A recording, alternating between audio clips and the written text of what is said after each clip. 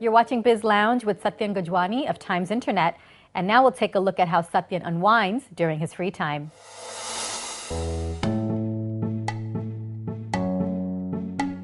I grew up in the US. I grew up in Miami, Florida, and enjoyed nice warm weather there. And then I went to college at Stanford University in California, after which when I graduated I moved to New York, lived in New York for a few years, and then moved to India about four and a half years ago. Actually, I met my wife about I met her about 7 years ago in Stanford in California, and we dated for a few years, both in California and New York. And then about 4 years ago, it made sense for both of us to move back to India and start getting involved at the Times Group. When I do have free time, first and foremost is my family. I spend time with my wife and my newborn child. But in terms of leisure activities, there's a few things. One is I'm a gadget freak. It's part of the reason why I have this job or why I like this job. And so at any given time, you'll probably see me having like a few cell phones or a few tablets or a few computers. Just today, I probably run with 6 or 7 different computers at any given time. I really enjoy water activities. So one of my favorite things is scuba diving. And so I've scuba dived in the Maldives and in Indonesia and in Hawaii and around the US. And I play table tennis a lot. I think growing up in Miami, my dad and I used to play, and so we had a table at home, and so I've gotten relatively good at that. And then the other one, which is not necessarily so popular in India, but again is a carry forward for me from America, is I play basketball. And I play a couple of times a week in Delhi, actually.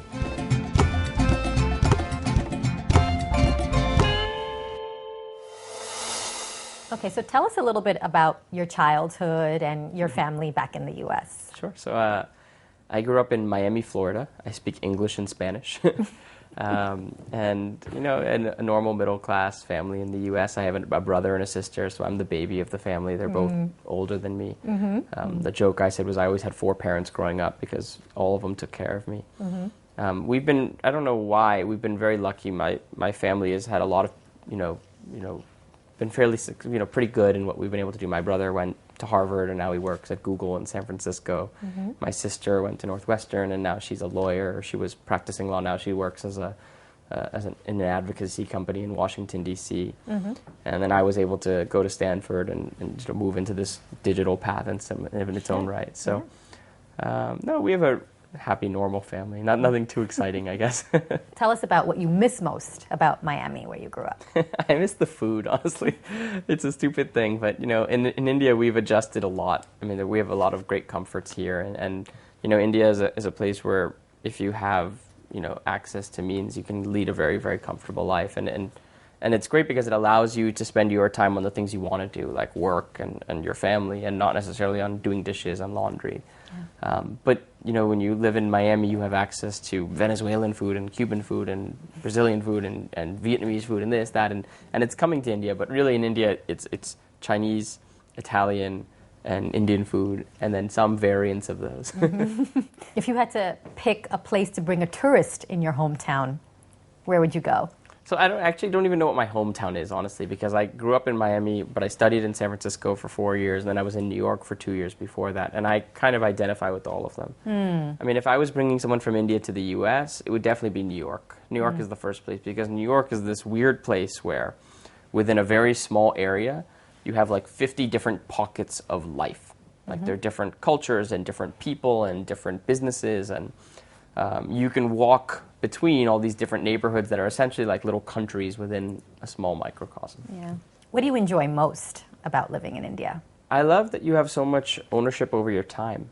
I mean, honestly, I think the best part about India for me is that you have this great infrastructure which allows you to spend your mind share and your energy share on the things you care about. And in the U.S., you don't have that luxury. I mean, you leave work at 6 or whatever in the U.S., and then you come home and you have to cook dinner, and you have to do laundry, and you have to clean your rooms, and you have to do this, that. And so, today I can come home at 7 or 7:30 and spend time with my wife and our baby, and then, actually continue to work a little more, or whatever it is I want to do. But you have the time to spend on the things you care about. Sure. And that's really nice. And what are some of the biggest things you've had to get used to living here? Service cultures are really different from America. So in America, you will generally find solutions that don't require as much people, whereas in India, you find everything needs people. And so, you know, the first example that got me was when I was at home and we looked at the garden. There was a lawnmower, which is like this machine, and there was 2 people pulling it and 1 person pushing it. And I found it so funny because it was this rudimentary machine with 3 people needed, whereas in America you have 1 machine and 1 guy sits on it and he manages it.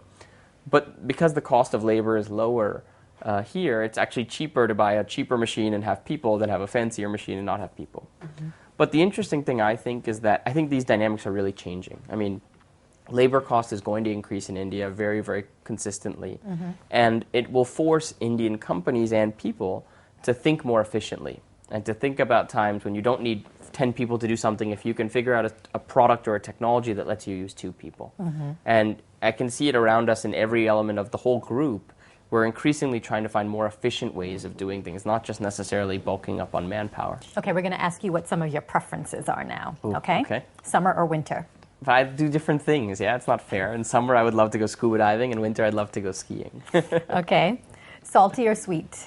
Both. I don't like choosing. I like salty, and then I love sweet, though. I have a disproportionate love of sweets. Too. Okay. Books or movies? Movies. Socks or slippers? Slippers. Swimming or skiing?